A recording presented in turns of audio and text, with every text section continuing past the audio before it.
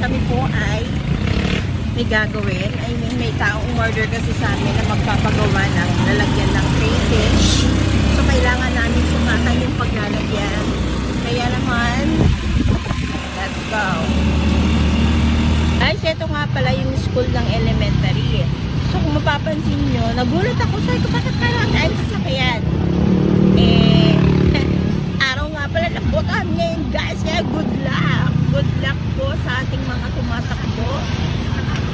At mag-ingat po kayo sa inyong biyahe hanggang mga pabalik din dyan kung saan man kayong naroon. At papadako. Dararin lang na. Ingat po kayo. Guys, nandito na kami. Ay. Guys, nandito na kami. This is dog. Dito na pala kami kina client. At ang ganda ng aso, guys. Alam niyo ba yun yung asong walang buntot? Second time sa namin dito. Cute ng aso. Guys, ang cute ng aso dito. Tingnan mo yung mga aso nila. Tapos guys, alam mo na malinis sila mag-aso kasi tatlo yung aso sa harap ko ngayon, pero alam nyo, wala talaga silang amoy. I mean, hindi amoy aso, alam nyo yun? Ito ang aso.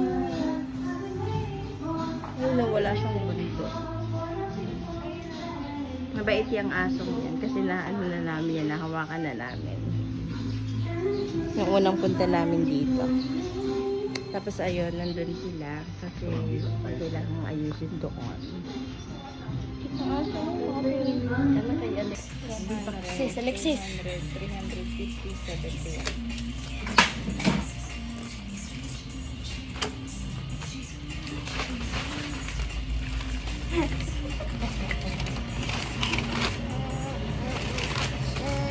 So, ang inat. Ang inat. Saka may nag-stop over. Opo. Stop over? Stop over daw. Hindi, bumili lang kami ng maiinom. Fast forward. Grabe ang init. Kakarating lang namin at gutom na gutom ang batang maliit. Nagligalig na. Naglagilig na. Tapos guys, meron nga pala ditong sopas. Alam nyo ba yung tuklungan? Dahil napaka-generous ng mga kapitbahay namin dito. Binigyan kami. Kagabi to. So, kain tayo. So, yun lang guys, ang nangyari. So, mamaya mamimili na para gawin yung ipinagawa ni client, I mean. So, yun lang. Maraming salamat at ingat po kayo.